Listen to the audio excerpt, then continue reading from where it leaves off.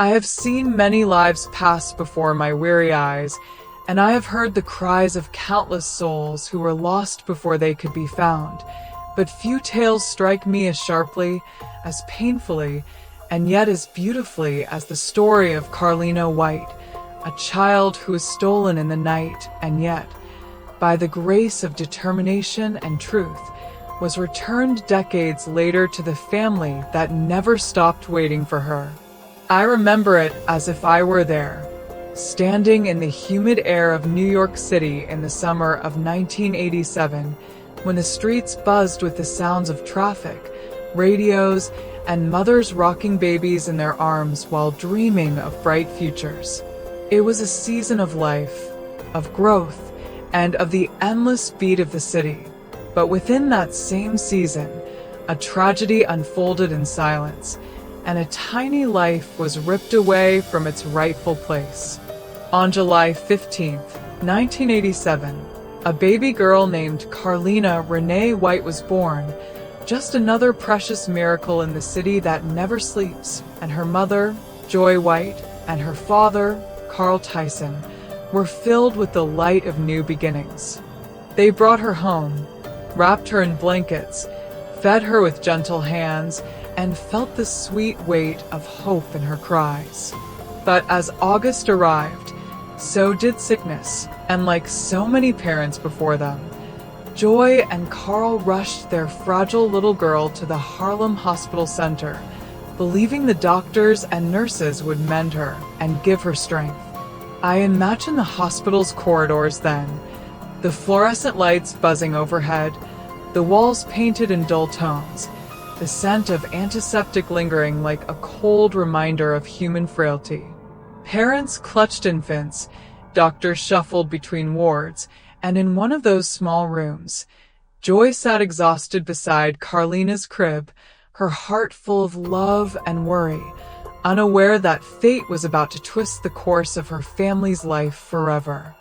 That night, a woman named Anyajetta Petway entered the hospital.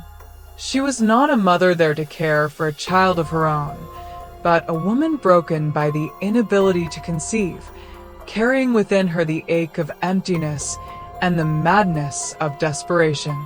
Some said she had suffered miscarriages. Others whispered she had lived her whole life yearning for a baby she could never have.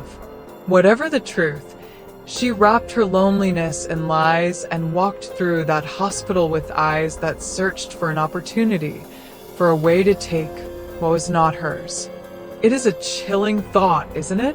That while nurses charted medications and families whispered lullabies, someone was hunting silently, with intent to steal. Petway donned the disguise of confidence, convincing others that she belonged. When she saw Carlina, tiny and helpless, she saw the answer to her pain, though what she was truly seeing was the theft of another woman's world. In the early hours, while no one noticed, Petway lifted the baby from her place and walked away. No alarms rang out. No voices stopped her. The child was gone, carried out into the dark New York night, stolen from the arms of the woman who had birthed her only weeks before. When Joy discovered her baby was missing, her screams tore through the hospital halls, a sound no mother should ever have to release. Police swarmed, nurses panicked, the city held its breath, but the hours slipped away and Carlina did not return. Flyers were printed, her tiny face printed on cheap paper and plastered to walls, lampposts, bulletin boards. Television screens displayed Joy's tearful pleas, her father's broken voice. But the city is vast, and time is cruel. Days turned to weeks, weeks to months, and though the parents searched and prayed, no trace of Carlina emerged.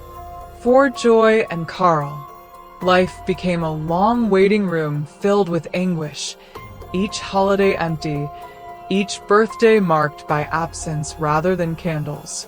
The Missing Children networks picked up her story. The FBI was alerted. But in the chaos of a city overflowing with crime, Carlina's case grew cold.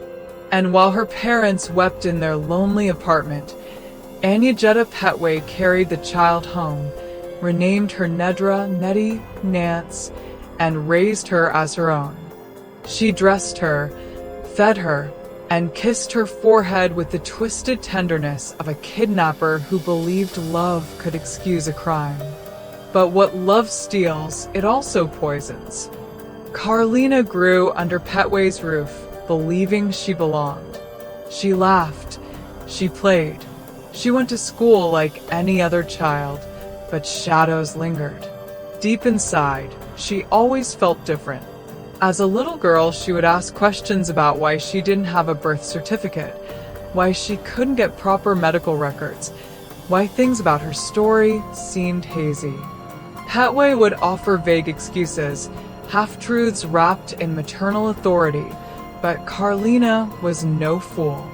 As she entered her teenage years, suspicion grew like a vine in her heart. She noticed she looked nothing like her supposed mother. She noticed how uncomfortable Petway became when pressed about the past. And though she loved the woman who had raised her, a gnawing emptiness whispered that something was wrong. Meanwhile, Joy and Carl never gave up. For over 2 decades they held on, birthdays coming and going with tears instead of laughter, always hoping for a knock at the door, a phone call, a miracle. Joy would stare at photographs of Carlina as an infant, trying to imagine her grown.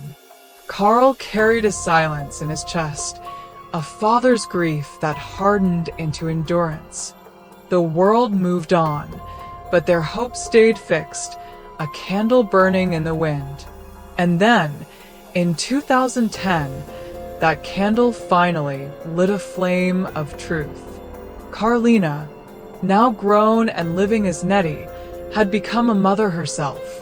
The experience of holding her own child awakened questions she could no longer ignore. She began searching online, combing through missing children databases, comparing her face to age-progressed images. And then one day, in the flicker of a computer screen, she saw it, a face that looked like hers, filed under missing since 1987. It was Carlina White. It was her. Imagine the storm inside her.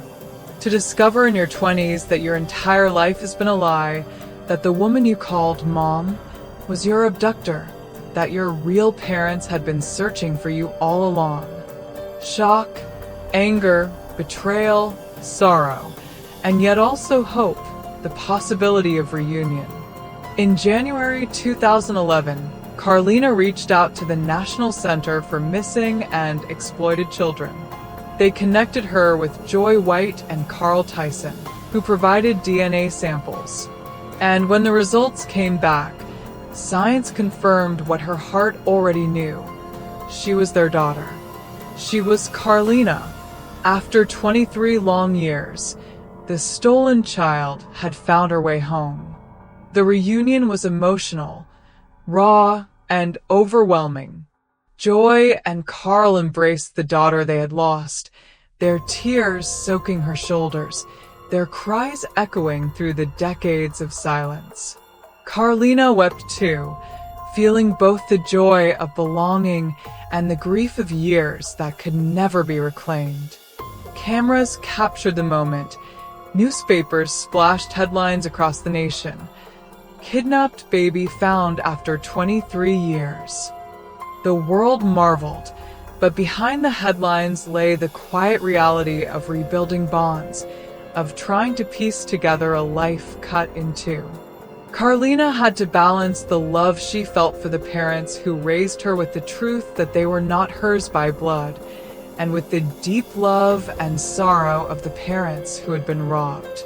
It is a heavy burden to hold 2 identities, 2 histories, 2 mothers, one true and one false.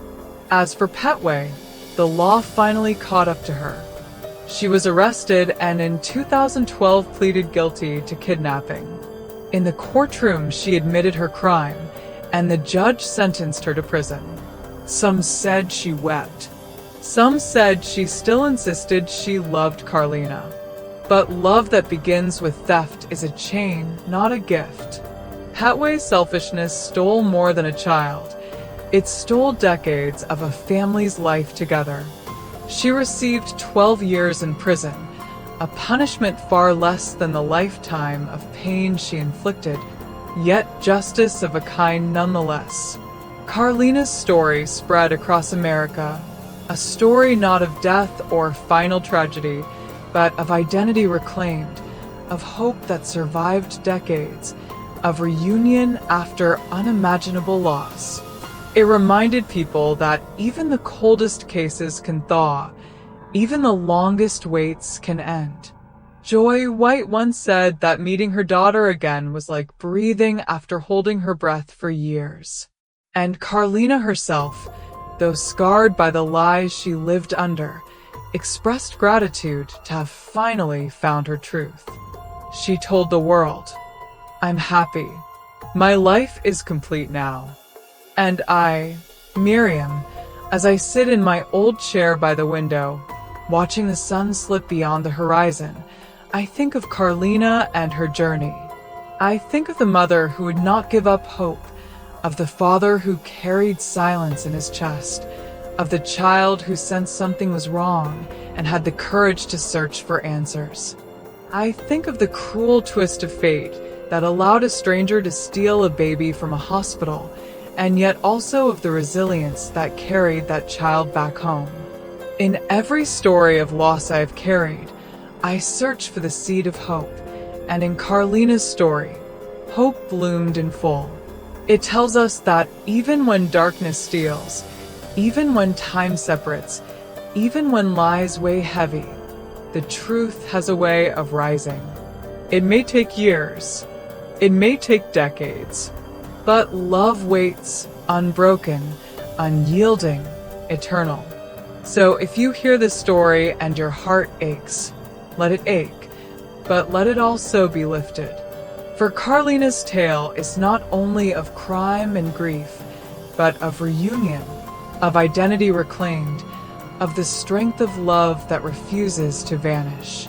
And as I whisper her name into the night, I pray that her journey reminds us all, no matter how lost, no matter how far, we can be found again.